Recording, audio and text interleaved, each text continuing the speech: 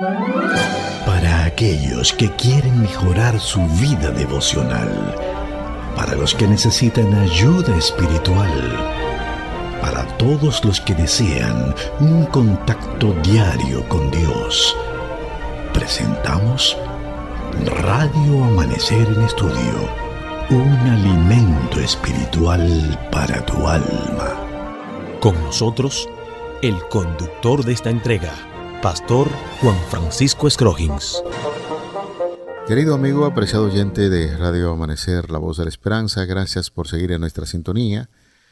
Es tiempo de estudiar la palabra de Dios. Por eso ponemos al aire Radio Amanecer en Estudio para que usted, junto a nosotros, podamos tener el privilegio de sentir la presencia divina mediante el estudio de las Escrituras. Es de mucho interés saber que Dios ha prometido su Espíritu Santo para dar a entender a los seres humanos estas grandes verdades, y es el Espíritu Santo que debe guiar nuestro estudio. Traiga su Biblia, guía de estudio en mano, y bajo la dirección divina, pues estaremos compartiendo con ustedes este importantísimo tema: Tú creaste todas las cosas.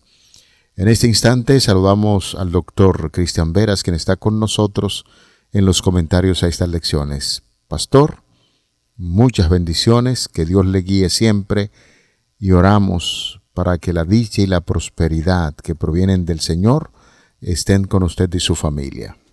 Gracias, pastor. Muchas gracias, apreciado amigo.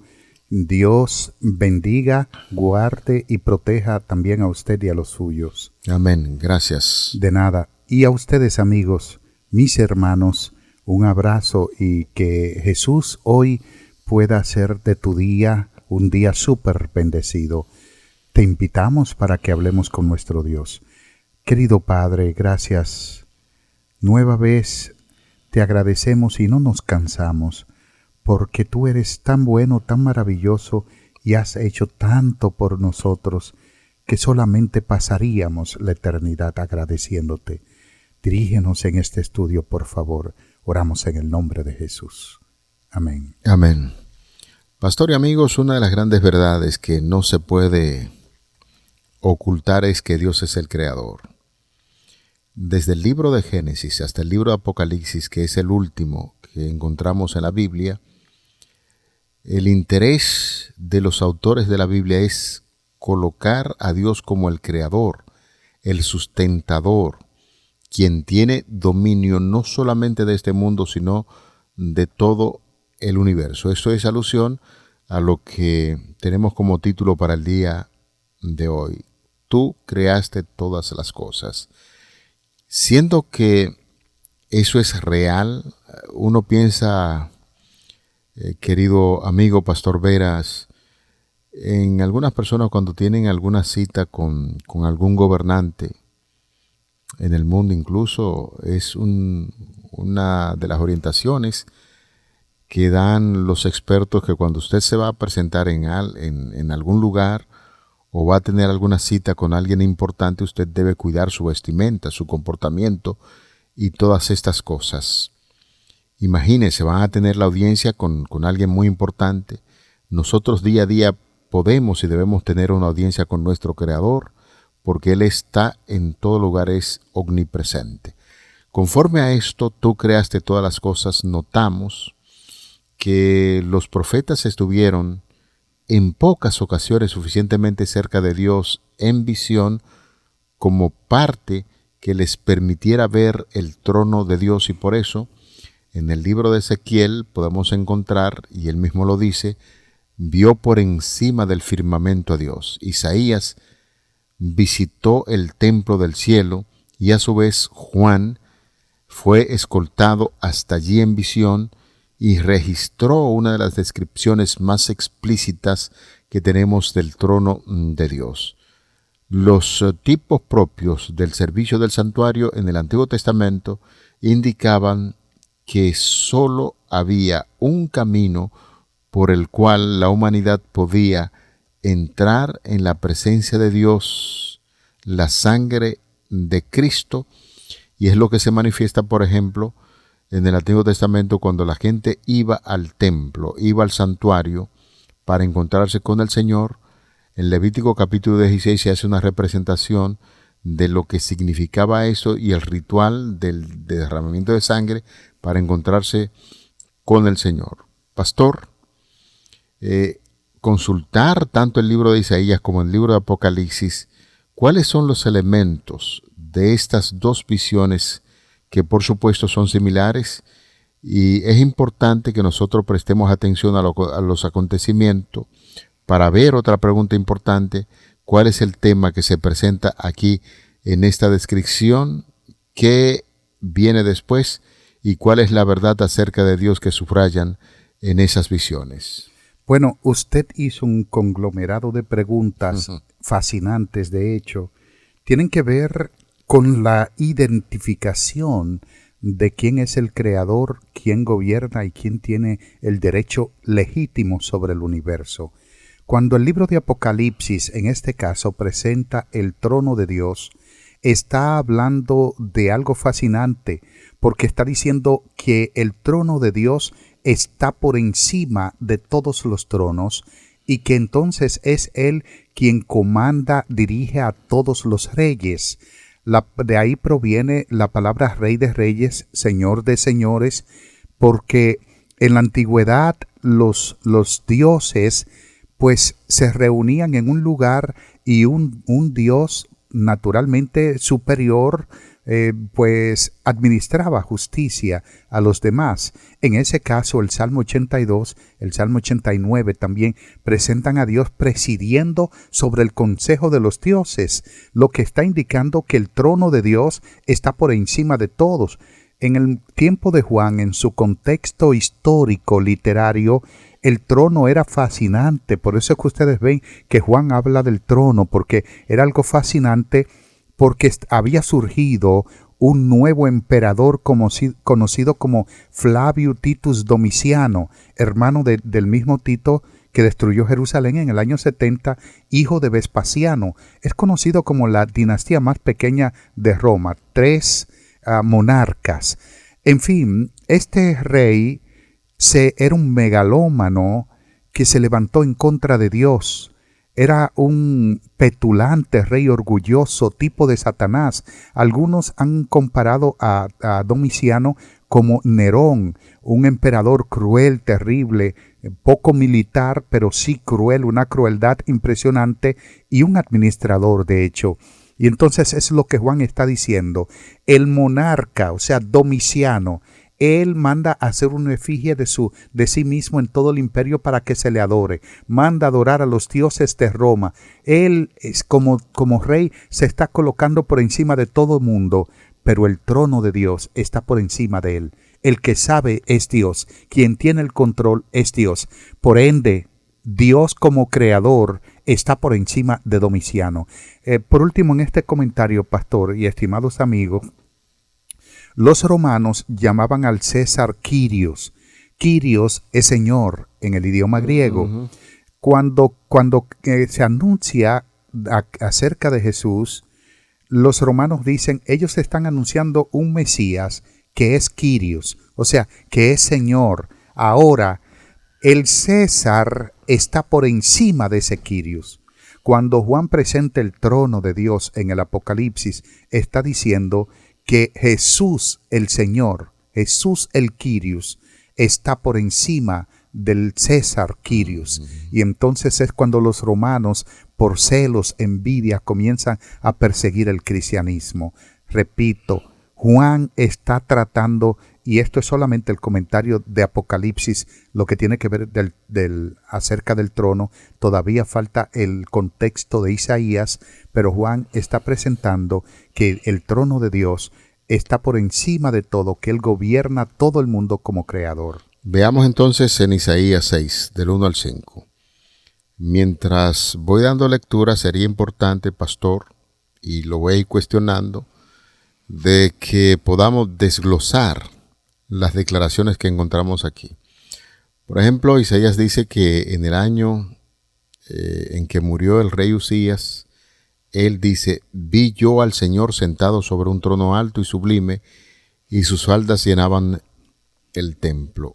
Un trono alto y sublime se está refiriendo En este caso, porque es una visión del templo que está en el cielo. ¿Es así? Así es. Y esto de que sus faldas llenaban el templo. Está hablando de la gloria de Dios. Su gloria llenaba todo el templo. No hay tiempo, pastor, vasto para explicar todo esto. Sin embargo, este próximo sábado, precisamente este tema de Isaías 6 estará siendo presentado en la Iglesia Central de Canastica, y ahí hablaré en detalles de ese asunto. Lo que me gustaría ver acá, en primer lugar, es que dice en el año en que murió el rey Usías. Usías o Azarías, como es conocido en el libro segundo de Crónicas, fue un rey bueno, un rey que mantuvo al reino de Judá unificado. De hecho, había una alianza entre lo que era Israel y Siria, conocido como la alianza norteña, Peca y Remalías. Ellos se habían unido porque Tiglat-Pileser III, rey de Asiria, había ascendido al trono por el 745 a.C. y se propuso conquistar todo lo que era Canaán, todo ese territorio. Y entonces los reinos estaban temerosos porque era un monarca fuerte. Israel y Siria se unifican y quieren que Judá se una, pero Dios le había prohibido a Judá unirse porque él era su protector. Entonces el rey que mantuvo toda esa resistencia fue Usías, pero murió 740-739 a.C. y cuando muere, Isaías está devastado y cree que todo se le viene encima, porque de hecho Usías era su primo hermano. Ellos eran primos hermanos. El padre de Isaías, llamado Amós, era hermano del padre del rey Usías. Isaías fue un cortesano, se crió en el palacio, y ahora su primo hermano, su hermano de crianza, su bastón, el apoyo que él tenía para el ministerio profético, murió, y él se siente devastado, está a punto de renunciar del ministerio profético, y es entonces cuando ve la visión en el capítulo 6 de la gloria de Dios. Mientras piensa abandonar su misión profética a causa de la resistencia que iba a recibir, pues entonces tiene esa visión. Y me gustaría que veamos brevemente lo que tiene que ver con el trono. ¿Cuántos profetas vieron al trono de Dios? Moisés vio una visión de Dios sentado en el trono en Éxodo capítulo 24, versículo 10. Más de 100 años antes del tiempo de Isaías, el profeta Micaías, ¿se acuerda, pastor? En el capítulo 22 del libro primero de Reyes, vio a Jehová sentado en su trono, rodeado de los ejércitos del cielo. Luego, o anteriormente, durante el reinado de Usías, Amós también vio al Señor que estaba sobre el altar en Amós 9:1. Más tarde, durante el cautiverio babilónico, Daniel también vio a Dios en el capítulo 7, versículo 9, sentado en su trono. Ezequiel en el capítulo 1, versículo 1, como introducción a su visión, y también en el capítulo 10, versículos 1 al 5, vio a Dios sentado en el trono. Todos estos profetas, incluyendo a Juan, en Apocalipsis capítulo 4, versículos 1 al 6, que tienen esas visiones de Dios sentado en el trono, está diciendo que Jehová tiene el control de todas las cosas. Y hay una sola razón para ello, porque Él es el Creador. Él está en el cielo, en el santuario, ahí donde está su comando, de ahí es donde manda todo el universo. Sí. Y interesante, pastor, que todos estos profetas que usted acaba de mencionar, se le da una visión de Dios allá en el trono, en el santuario. Cuando se le da esa visión, siempre ha habido como una reacción extraordinaria de los profetas. En el caso de varios profetas, como que se inquietaron bastante. De hecho, el mismo Isaías, donde estamos haciendo una cita para compartir con nuestros oyentes, allí hay una declaración muy importante. Dice que querubines estaban en la presencia de Dios, con sus alas volando y todo eso ante la santidad del Señor. Y ellos estaban allí diciendo: Santo, Santo, Jehová de los ejércitos, toda la tierra está llena de su gloria. y los quiciales de las puertas se estremecieron con la voz del que clamaba, y la casa se llenó de humo. He escuchado muchas veces que cuando nosotros estudiamos el asunto del santuario, el santuario terrenal se llenaba de humo, allí estaba la presencia de Dios, y en el cielo, cuando se llena de humo, hay como una sentencia de juicio que Dios va a hablar. Hay que estar atento cuando sucede esto. ¿Qué usted podría decirnos acerca de esa declaración? Yo pienso que debería esta lección ser 5 lecciones juntas. Es muy cierta lo que usted acaba de decir en modo de pregunta, porque lo primero es que cuando el templo se llena de humo, que representa la presencia de Dios, Dios está descendiendo al templo a juzgar a su pueblo. Ahora, cuando el pueblo ve la presencia de Dios y ésta sale del santuario al pueblo y el pueblo la ve, indica que Dios juzgó a su pueblo y extendió su gracia. Pero cuando el pueblo no ve la gloria de Dios, no ve el humo, no ve el santuario como está, sino que simplemente Dios viene y su gloria se queda en el templo, indica que no hay gracia. Lo que está presentando Isaías capítulo 6 es Dios molesto con el pueblo porque habían abandonado su ley y tenían el pecado de la indiferencia. Yo estoy mal yo estoy bien, yo no le estoy haciendo daño a nadie, yo estoy haciendo esto. Israel llegó a tener el pecado de la indiferencia no esa vez. Cristo lo dijo en muchas ocasiones cuando le dijo, si en tal lugar se hubieran hecho los milagros que se han hecho en estas ciudades, ellos hubiesen arrepentido. En el día del juicio, Nínive será tenida como una ciudad santa delante de esta, porque creyeron a la predicación de Jonás, y más que Jonás en este lugar. Es decir, la presencia de Dios desde el santuario se presenta o aparece como un elemento de juicio, pero el elemento de juicio fundamental en la presencia de Dios es la gracia divina prolongada u otorgada al pueblo del Señor. El argumento que presenta el autor de la guía de estudio, y vamos a compartirlo también con nuestros oyentes, se nos habla de que cada una de estas visiones, la de Juan en el libro de Apocalipsis y la visión de Isaías, y nos imaginamos también que las otras visiones que usted estuvo mencionando de los otros profetas, hay algo muy en común. En cada una de estas visiones de la sala del trono de Dios, lo primero que sucede es que los seres celestiales destacan lo que es la santidad de Dios. Y a veces, pastor, causa algún tipo de preocupación cuando uno escucha a personas y a ciertos predicadores utilizando como en forma de relajo algunas actividades que tienen que ver con Dios, porque parece ser que en este tiempo secular queremos actuar también cuando nos vamos a dirigir al mismo Señor de la misma manera, en forma quizás algunos dirán cariñosa, pero hay que tener mucho cuidado, porque esta declaración nos invita a reflexionar que nosotros nos dirigimos o queremos tener la presencia de Dios, y la presencia de Dios se respira santidad como los querubines lo estaban manifestando. Y en la visión de Isaías la escena es impresionante, señores.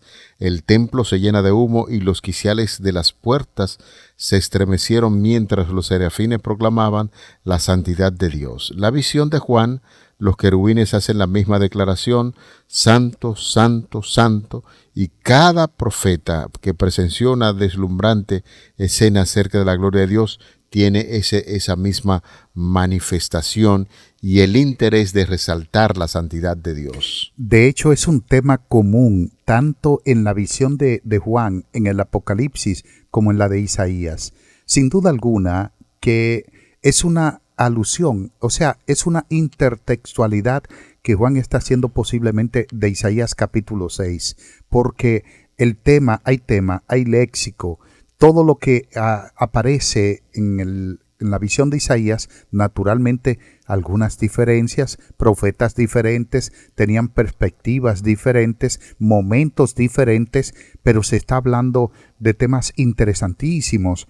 El Isaías capítulo 6, por ejemplo, aborda varios temas. La santidad de Dios en primer lugar, su santidad. Los ángeles que están alrededor del trono perciben el carácter santo de Dios y entonces le adoran. Una vez que se ve el carácter de Dios, su presencia, se tiende o se debería tender de inmediato a adorar a Dios porque Él es santo, poderoso y es bueno. Sin embargo, Israel hace todo lo contrario.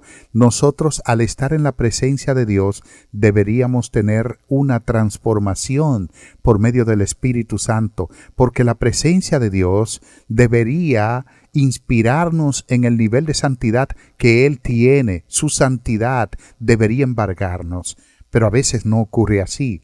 Isaías, repito, trata la santidad de Dios, el pecado y el perdón, la naturaleza de la adoración, el llamamiento divino, el poder de la palabra de Dios, el endurecimiento del corazón y el santuario celestial. Debería el tema principal, repito, que embargue nuestras vidas, nuestras mentes, una vez que vemos la presencia divina, es adorarle y reconocerlo como nuestro Creador. Pastor, ¿qué le parece si nosotros pudiéramos resaltar un poquito más el hecho de que en muchas ocasiones cuando estamos en la presencia de Dios somos un tanto descuidados? A veces utilizamos incluso su nombre. De hecho, la palabra de Dios dice que no debemos estar usando mucho el nombre de Dios, y una de las cosas que tenían, quizás, si así decirlo, para uno resaltar los judíos, era que no hacían mención mucho del nombre de Dios porque consideraban su santidad. Su santidad para ellos era muy importante, y a veces yo veo como en la actualidad que hay tanta gente que utiliza el nombre de Dios como sin tener el cuidado necesario y debido que debe tener, porque hay que reconocer que cuando uno está en la presencia de Dios, y decíamos al principio que Dios es el autor de todo, está por encima de, sostiene el universo. Entonces tenemos que ser muy cuidadosos cuando vamos a hablar del nombre de Dios o cuando citamos su presencia en nuestro medio, porque la santidad de Dios, aún reiteramos una vez más, señores, los ángeles que están en la presencia de Dios se reclaman: santo, santo, santo, Jehová de los ejércitos, toda la tierra está llena de tu gloria. Sí, podemos ver con respecto a eso, pastor, de que una vez que somos confrontados con la presencia divina, entonces nosotros deberíamos prorrumpir en lo que es la adoración a Dios, en un reconocimiento de su santidad. En esta visión de Isaías, la escena es impresionante. El templo se llena de humo, los quiciales de las puertas se estremecen, mientras los serafines proclamaban la santidad de Dios. En la visión de Juan, los querubines hacen la misma declaración: santo, santo, santo. Ahora, cada profeta naturalmente tiene una visión, como decía, deslumbrante acerca de la gloria de Dios, y que se muestra en la escena naturalmente que Isaías, como un hombre pecador, él exclama y dice: ay de mí, estoy muerto porque soy un hombre pecador, soy de labios inmundos. Lógicamente, de que Isaías era un hombre pío, Isaías había guiado a su primo, el rey Usías, lo había guiado con un consejo divino. Fue uno de los profetas más respetados que existió en todo Israel, y aún siendo un profeta, un hombre de Dios, él se sentía pecador, se sentía miserable.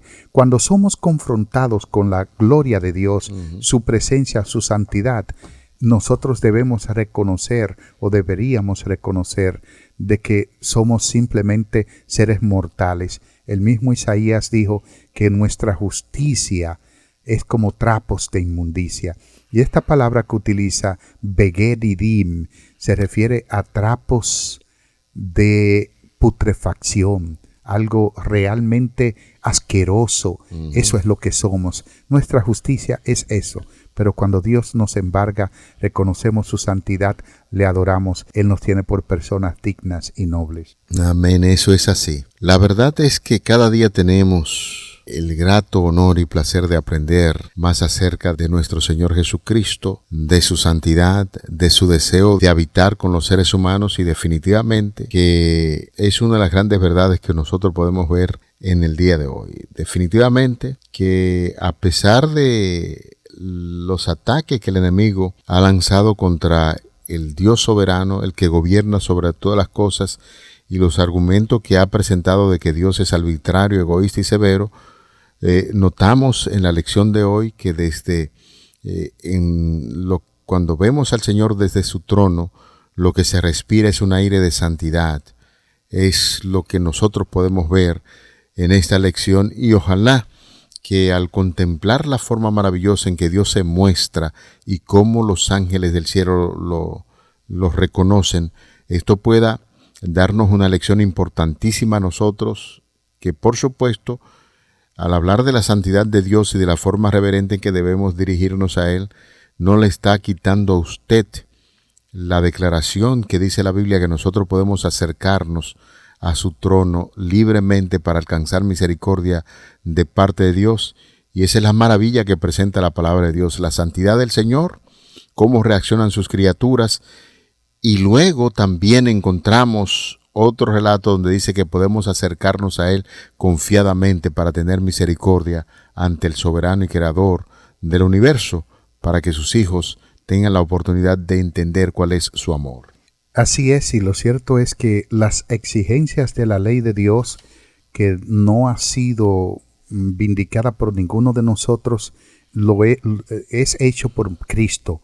Cristo es quien cumple esas exigencias, y de hecho, como usted presentaba, tan solamente un breve momento en el trono de Dios, en su presencia, nos damos cuenta de que Cristo representa al Padre de una forma extraordinaria, como nosotros no lo hacemos. Por eso dijo, el que me ha visto a mí, ha visto al Padre. Es reconfortante saber que Cristo en eso no es mi ejemplo, es mi sustituto.